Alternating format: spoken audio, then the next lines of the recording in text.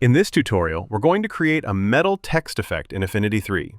First, create a new document at 1920 by 1080 pixels with 300 dpi. Then, prepare the background image and metal texture files. You can use your favorite images.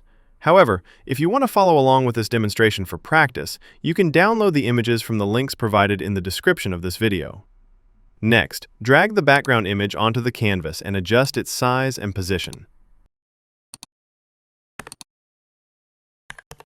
Then, add a new fill layer and set the color to black. Go to Pixel, Filters, Noise, Add Noise, increase the noise intensity, check the monochromatic option, and click Apply. Change the blend mode to Soft Light. Now, we're going to add the text. Activate the Artistic Text tool.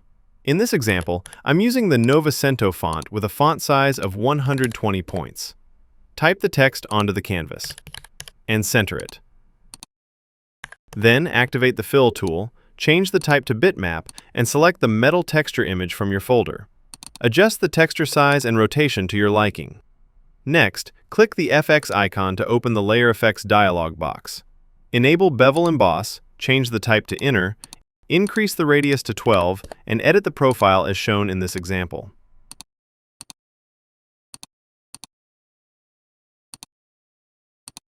Change the azimuth value to -90 and the elevation to 45 degrees, and check Scale with Object.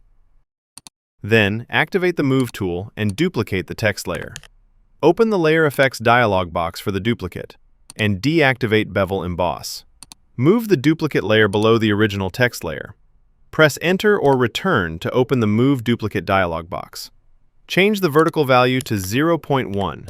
Set the angle to -90 degrees and the scale to 99.9%.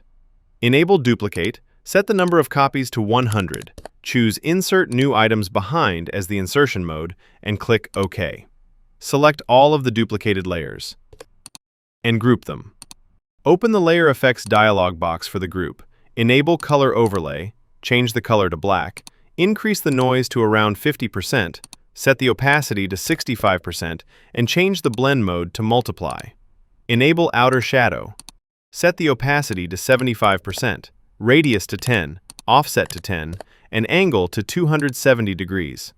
Duplicate the outer shadow, open its settings, reduce the opacity to 50%, increase the radius to 60, increase the offset to 40, check Scale with Object, and close the dialog box. Now, we're going to adjust the text shading. To do this, add a new fill layer above the original text layer.